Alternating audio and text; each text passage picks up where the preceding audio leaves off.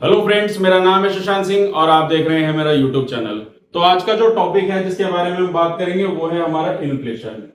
Inflation के regarding मैंने एक वीडियो बना रखी है जिसमें मैंने बताया था कि इन्फ्लेशन होता क्या है, इन्फ्लेशन किन कारणों की वजह से होता है, कितने कितने तरह के इन्फ्लेशन होते हैं, वो सारी चीजें मैंने उस वीडियो में बना दी थी। अब सवाल है कि फिर से दोबारा से मैंने इन्फ्लेशन पे वीडियो क्यों बनाई है। तो देखो, इन्फ्लेशन को थोड़ा सा और डेप्थ में यहाँ पे टेक्निकलिटीज के पॉइंट ऑफ व्यू से मैंने ये वीडियो बनाई है, क्योंकि आने वाले समय में अब जैसे मैं एक वीडियो बनाऊंगा मॉनेटरी पॉलिसी के बारे में, तो मॉनेटरी पॉलिसी सबसे ज्यादा इंपॉर्टेंट टॉपिक है यूपीएससी पॉइंट ऑफ व्यू से। मॉनेटरी पॉलिसी क्या होती है? इन्फ्लेशन को कंट्रोल करने के लिए आरबीआई के द्वारा पॉलिसी बनाई जाती है जिसमें रेट ऑफ इंटरेस्ट को कम ज्यादा किया जाता है, ठीक है ना। लेकिन अब यहाँ पे पहले इन्फ्लेशन को अच्छे से समझ लें कि इन्फ्लेशन एक बहुत ही कॉमन टॉपिक है हमारी इकोनॉमी के पॉइंट ऑफ व्यू से, यानी कि एक कॉमन टॉपिक है। इन्फ्लेशन पे ही पूरी इकोनॉमी टिकी हुई है। सवाल उठता है कैसे? देखो, इन्फ्लेशन की वजह से इसलिए क्योंकि जो पूरी की पूरी मार्केट इकोनॉमी है वो प्राइस के बेस्ड पे काम करती है। इसका सबसे अच्छा एग्जांपल है हमारा स्टॉक मार्केट। स्टॉक मार्केट में आप लोगों ने काफी सारी मूवीज वगैरह देखी होगी, जैसे हर्षद मेहता, एक बहुत अच्छी केस स्टडी, आप लोगों ने उसके ऊपर मूवी भी आई थी, वेब सीरीज, जिसमें दिखाते हैं कि किस तरीके से किसी भी स्टॉक का प्राइस बढ़ाना है तो उसमें सारे लोग उसको खरीदने लग जाते हैं, फिर अचानक से उसका दाम बढ़ जाता है। जब मार्केट में डिमांड अचानक से बहुत ज्यादा बढ़ेगी तो चीजों का दाम भी बढ़ेगा, दाम बढ़ेगा तो जब चीजों का दाम बढ़ेगा यानी कि बढ़ेगा, 10 रुपए से 15-20 होगा, तो इसी को इन्फ्लेशन कहते हैं, चीजों का दाम बढ़ना। लेकिन चीजों के दाम बढ़ने से पूरी इकोनॉमी में फर्क पड़ता है। आप इसको इंडिविजुअल पॉइंट ऑफ व्यू से नहीं, इसको होल इकोनॉमी के पॉइंट ऑफ व्यू से समझो, क्योंकि अब आप मैक्रो इकोनॉमिक्स पढ़ रहे हो, मैं यहाँ पे माइक्रो इकोनॉमिक्स नहीं पढ़ा रहा हूँ। माइक्रो इकोनॉमिक्स में क्या होता है कि हम लोग एक इंडिविजुअल, एक प्रोडक्ट और एक कंज्यूमर, बस उसी के बारे में हम उसको पढ़ते हैं, वन वेरिएबल्स, ताकि उसको हम एक कनेक्टिविटी को डेवलप कर सके, ठीक है, और प्राइसिंग सेट कर सके। लेकिन मैक्रो इकोनॉमिक में हम होल कॉन्सेप्ट में समझते हैं। तो जब भी आप मैक्रो इकोनॉमिक को पढ़ रहे हो, उसके कॉन्सेप्ट्स जो होते हैं उसको पूरे होल इकोनॉमी के कंटेक्स्ट में समझने की कोशिश करो कि इन्फ्लेशन यहाँ पे जब बढ़ रहा है तो इन्फ्लेशन यानी कि general inflation with a basket of whole goods, इधर होलसेल और रिटेल। होलसेल रिटेल का मतलब हो गया जैसे कि अगर मान लो मार्केट में फैक्ट्री से सामान निकल के पहले होलसेलर के पास जाता है तो होलसेलर उसको किस दाम में बेचेगा, फिर रिटेलर यानी कि दुकान वाला। तो जो इन्फ्लेशन होता है उसको मेजर करने के लिए दो फॉर्मूले होते हैं, एक सीपीआई यानी कि कंज्यूमर प्राइस इंडेक्स और होलसेल प्राइस इंडेक्स, ठीक है। उससे हम लोग मेजर करते हैं। कैसे मेजर करते हैं वो इतना रिलेवेंट नहीं है यूपीएससी पॉइंट ऑफ व्यू से, वो इकोनॉमिस्ट पॉइंट ऑफ व्यू से रिसर्च वगैरह के लिए इंपॉर्टेंट होता है, ठीक है। अब हम इन्फ्लेशन पे आ जाते हैं कि इन्फ्लेशन हमारा एक बेसिक कॉन्सेप्ट है, क्योंकि चीजों का दाम बढ़ेगा घटेगा उससे पूरी इकोनॉमी डिपेंड करती है। अब सोचो, चीजों का दाम बढ़ रहा है तो उससे क्या होता है, रूपी हमारा जो है डेप्रिशिएट हो जाता है, हमारे रूपी की वैल्यू कम हो जाती है, ठीक है। पेट्रोल का दाम बढ़ रहा है तो अब सोचो पेट्रोल का दाम बढ़ेगा तो हमारा कौन सा हो गया, कॉस्ट पुश इन्फ्लेशन लग गया, क्योंकि जब पेट्रोल का दाम बढ़ेगा तो पूरी इकोनॉमी में, हमारे देश में पेट्रोल हमारी रोजमर्रा की जिंदगी में लोगों को यूज करना होता है। फिर क्या होगा, पेट्रोल का दाम बढ़ेगा, ट्रांसपोर्टेशन कॉस्ट बढ़ेगी तो चीजों का दाम बढ़ेगा, ठीक है ना। डॉलर को आप ले लो, डॉलर का दाम होता है, अब रूपी अगर डेप्रिशिएट करता है, रूपी की वैल्यू कम होगी तो डॉलर की वैल्यू बढ़ती है, फिर उससे भी मेजर इंपैक्ट आता है, क्योंकि हमारा जो वर्ल्ड लेवल का ट्रेड है वो डॉलर में होता है, ठीक है। पेट्रोल हमें डॉलर में खरीदना होता है। चार्ट आप लोगों को यहाँ पे दिख ही रहा होगा जो अभी मैं आपको बताऊंगा इन्फ्लेशन के पॉइंट ऑफ व्यू से। तो चलो एक छोटा सा ना मैं दोबारा से ब्रीफ इंट्रोडक्शन इन्फ्लेशन का दे देता हूँ, फिर इसी कंटेक्स्ट में मैं आ जाऊंगा, तो आपका जो है ना कनेक्टिविटी और इन्फ्लेशन को लेकर एक स्ट्रॉन्ग फाउंडेशन तैयार हो जाएगी, ठीक है। तो देखो, इन्फ्लेशन क्या होता है, चीजों का दाम बढ़ना, मैंने बताया था लास्ट वीडियो में, ठीक। 2024 में किसी प्रोडक्ट का दाम 5 रुपए था, अब 2025 में उसका दाम 6 रुपए हो गया। So good for the economy, ठीक है, थोड़ा दाम बढ़ा, 1 रुपए बढ़ गया एक साल में, ठीक है ना। लेकिन अब आप देखो, अगर 2025 में उसका दाम 5,000 रुपए हो गया, 5 से सीधा 5,000 रुपए, पहले तो आप कहोगे कि सर आज तक कैसा हुआ ही नहीं इकोनॉमी में। बिल्कुल हुआ है भाई। 2008 में जिम्बाब्वे में इसी तरीके का हुआ था, इसको हम लोग बोलते हैं हाइपर इन्फ्लेशन। मैंने लास्ट वीडियो में ये भी पढ़ाया था। हाइपर इन्फ्लेशन के केस में क्या होता है कि सरकार जो है बहुत सारे नोट प्रिंट कर देती है, लोगों में डिस्ट्रीब्यूट कर देती है, या इकोनॉमी में डिस्ट्रीब्यूट नहीं करना, इसको मॉनेटरी पॉलिसी पे समझेंगे कि लोगों तक पैसा कैसे पहुंचेगा। अब पैसा सबके पास आ जाएगा तो ज्यादा खर्च करेंगे। इसको एक एग्जांपल के तौर पे समझो, सोचो बच्चा है, उसको पॉकेट मनी मिलती है घर से, अब ज्यादा पॉकेट मनी मिलेगी तो वो ज्यादा खर्च करेगा तो वो बिगड़ जाएगा। तो वही इकोनॉमी भी बिगड़ जाती है जब ज्यादा पैसा इकोनॉमी में सर्कुलेट होता है, ठीक है। तो इसको हम बोलते हैं डेंजर, हाइपर इन्फ्लेशन। तो ऐसे सिचुएशन ना हो इसलिए मॉनेटरी पॉलिसी को इंप्लीमेंट किया जाता है आरबीआई के द्वारा पूरे इन्फ्लेशन को कंट्रोल करने के लिए, ठीक है। लेकिन क्या सिर्फ यही एक रीजन है कि सिर्फ हाइपर इन्फ्लेशन ना है इसलिए हम लोग इसको इंप्लीमेंट कर रहे हैं, उसके अलावा और भी काफी सारी केस स्टडीज है और भी सारे कॉन्सेप्ट्स है।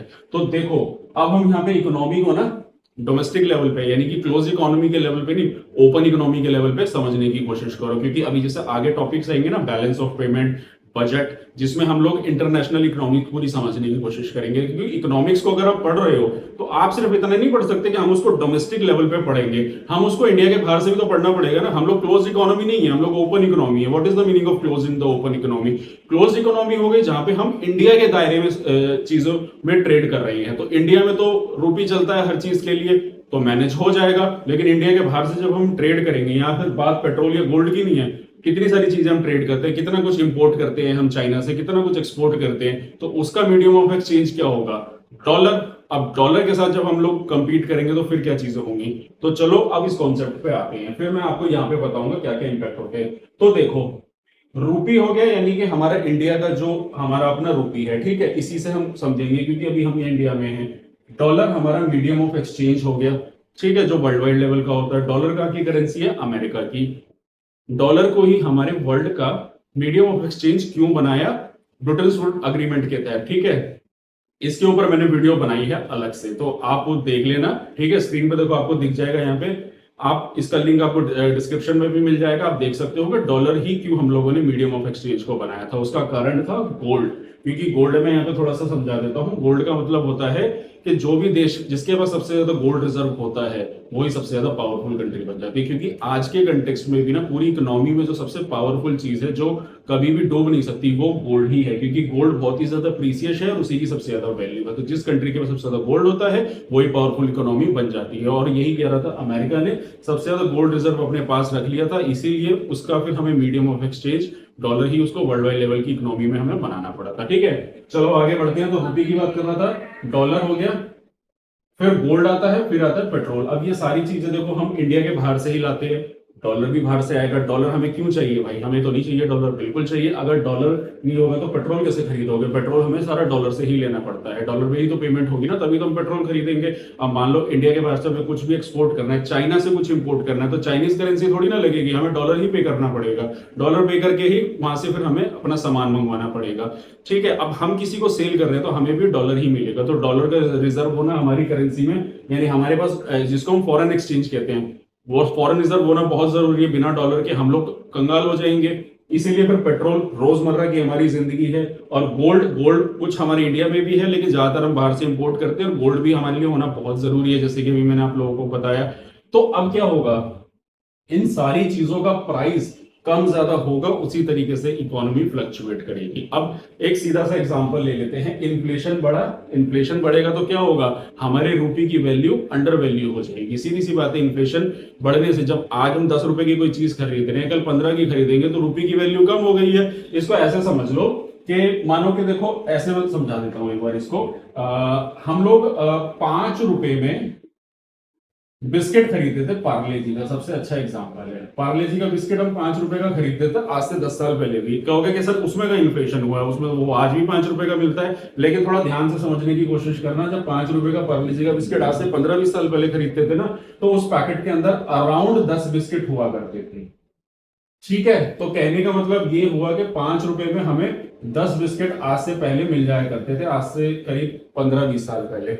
आज भी 5 रुपए ही कीमत है, लेकिन अब उसके अंदर 10 बिस्किट नहीं होते, अब उसके अंदर 5 बिस्किट होते हैं।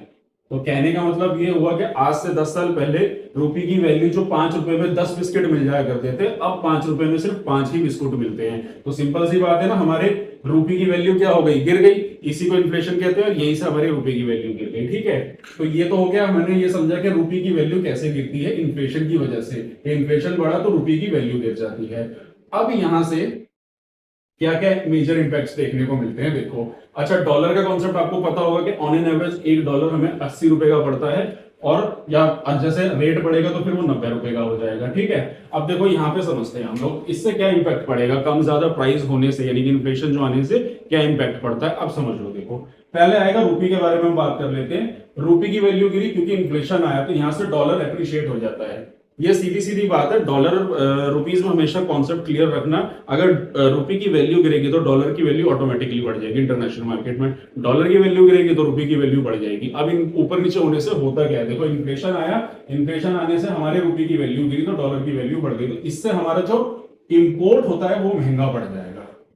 कैसे? सिंपल सी बात है, हमारे पास पहले हमारा देखो यहां से समझ लेते हैं, हमारा रुपये की वैल्यू गिरी है ना, यानी कि हमारा जो पहले $1 में हम 80 रुपए में खरीद लिया करते थे सामान, अब हम वो $1 में नहीं 90 रुपए में खरीदेंगे, तो रुपये की वैल्यू गिर गई हमारी। अब क्या होगा, जो सामान हमें पहले 80 रुपए में मिल जाया करता था अब वो हमें 90 रुपए का मिलेगा, 10 रुपए ज्यादा देने पड़ रहे हैं, तो रुपये की वैल्यू गिर रही है, तो इसलिए फिर क्या होता है, हमारा इंपोर्ट महंगा पड़ेगा क्योंकि बाहर से हम लोग खरीदेंगे।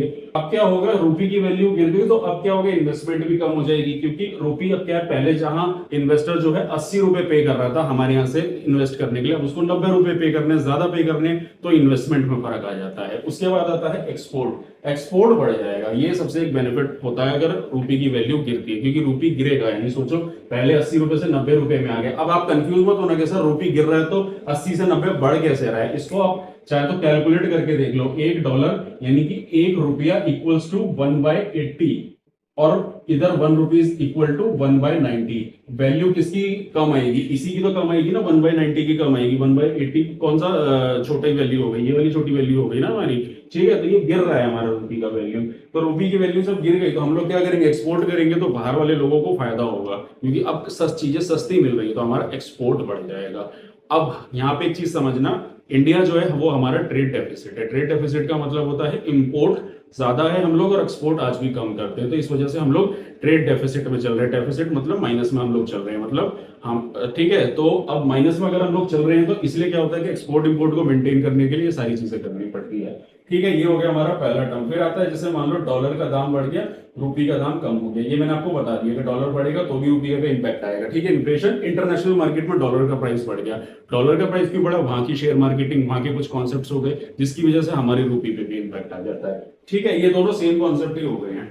अब आता है अगला, फिर इसी का ये वाला और बता देता हूं, अगर डॉलर की वैल्यू कम होगी, रुपये की वैल्यू बढ़ गई, डॉलर की वैल्यू गिर भी सकती है, सीधी सी बात है, ऐसा नहीं है कि डॉलर हमेशा बढ़ेगा, डॉलर की वैल्यू भी गिर सकती है। डॉलर की वैल्यू गिरेगी तो रुपये की वैल्यू बढ़ जाएगी, यानी कि अब क्या होगा, उल्टा हो जाएगा। जो पहले डॉलर 90 रुपए का मिल रहा था अब वो 80 रुपए का मिलेगा, तो अब क्या होगा, अब हमारी रुपये की वैल्यू बढ़ गई, रुपये की वैल्यू बढ़ेगी तो ऐसे केस में क्या होता है, इंपोर्ट हमारा सस्ता हो जाएगा, उसी का वाइस वर्सा उल्टा हो गया। एक्सपोर्ट अब यहाँ पे दिक्कत होगी, अब एक्सपोर्ट में हमारा कम होगा, कुछ फायदा तो कुछ नुकसान। उसके बाद फिर इन्वेस्टमेंट हमारी बढ़ जाएगी, अब जहां शेयर मार्केटिंग में 90 रुपए पे कर रहे थे अब 80 रुपए पे करने पड़ेंगे, तो ज्यादा इन्वेस्टमेंट हमारी कंट्री में होगी, फॉरेन डायरेक्ट इन्वेस्टमेंट ज्यादा है हमारे देश में, ठीक है। उसके बाद लास्ट आता है हमारा पेट्रोल वाला, मैंने बताया था पेट्रोल का दाम बढ़ेगा तो इन्फ्लेशन ऑटोमेटिकली बढ़ जाएगा। क्यों? क्योंकि सीधी सी बात है, पेट्रोल हम लोग बाहर से इंपोर्ट कर रहे हैं, अब इंटरनेशनल मार्केट में पेट्रोल का दाम बढ़ेगा तो आएगा इंडिया में, फिर इंडिया में भी पेट्रोल का दाम बढ़ेगा, पेट्रोल का दाम बढ़ेगा तो ट्रांसपोर्टेशन बढ़ेगा, ट्रांसपोर्टेशन बढ़ेगा तो सारे गुड्स के दाम बढ़ जाएंगे, गुड्स के दाम बढ़ेंगे तो सीधी सी बात है इन्फ्लेशन आ जाएगा, ठीक है। तो ये था कॉन्सेप्ट जिसमें मैंने बताया all prices high in the domestic market, ठीक है। अब इस चार्ट पे आ जाते हैं, तो ये तो मैंने आपको सारा बताया, ठीक है। अब देखो रूपी है, तो रूपी हम डायरेक्ट क्या पेट्रोल खरीद सकते हैं? नहीं खरीद सकते।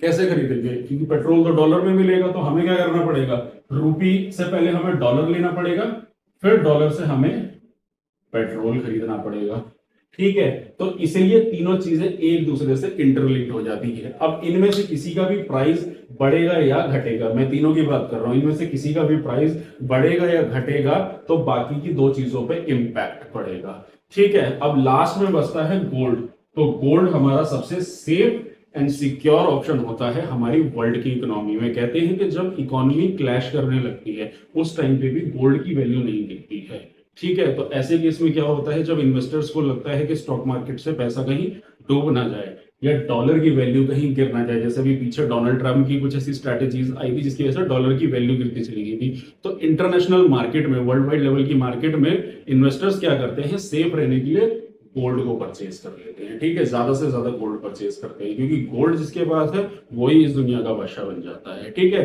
चाहे मैं बात करूं ब्रिटिश टाइम पीरियड की या फिर मुगल टाइम पीरियड की या फिर एंशिएंट टाइम पीरियड की, गोल्ड हमेशा से प्रीशियस ही रहा है, इसलिए वो सबसे safe and secure investment point of view से भी एक इंपॉर्टेंट एसेट बन जाती है इकोनॉमी के पॉइंट ऑफ व्यू से।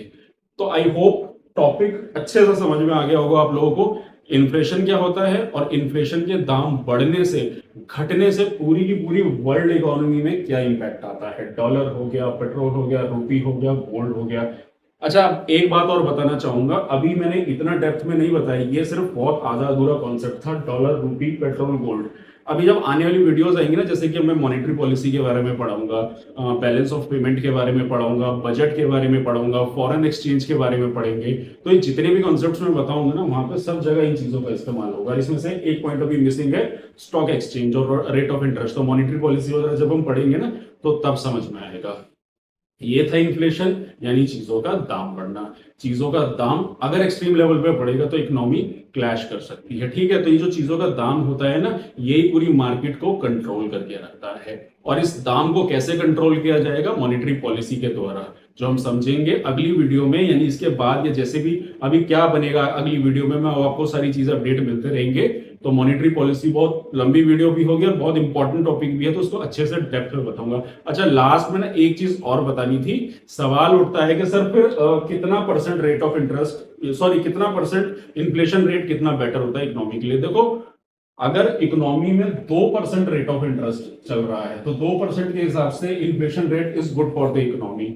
वैसे तो आरबीआई की तरफ से 2% से 4% कहते हैं, सॉरी 4 से 6% होता है। आप एक बार चेक कर लेना फिगर, मेरे को अभी थोड़ा रिकॉल नहीं हो रहा है। 2 से 6 या 4 से 6% कहा जाता है कि आरबीआई की तरफ से बेटर होता है, हेल्दी इकोनॉमी होता है। अगर 6% क्रॉस कर गया तो इकोनॉमी में फिर ऑब्जर्वेशन रखनी पड़ती है, rate of interest, repo rate, reserve repo rate, वो सारी चीजें इंप्लीमेंट करनी पड़ती है। तो आई होप टॉपिक आप लोगों को समझ में आ गया होगा, इन्फ्लेशन होता क्या है, क्या कंटेक्स्ट है और उसकी वजह से इकोनॉमी में क्या इंपैक्ट पड़ता है। तो आई होप यही था आज का मेरा टॉपिक। तो आई होप आपको सारी चीज अच्छे से क्लियर समझ में आ गई होगी। तो यही था मेरा आज का टॉपिक। तो अगर आप लोगों को मेरा काम अच्छा लग रहा है, अगर आप लोगों को मेरी वीडियो पसंद आ रही है, तो मेरे चैनल को सब्सक्राइब कीजिए, मेरी वीडियो को लाइक कीजिए, कमेंट में कोई डाउट है तो जरूर पूछिए और मैक्सिमम लोगों तक इस वीडियो को शेयर करें। आज के लिए इतना ही, मिलते हैं नेक्स्ट वीडियो में। Thank you very much.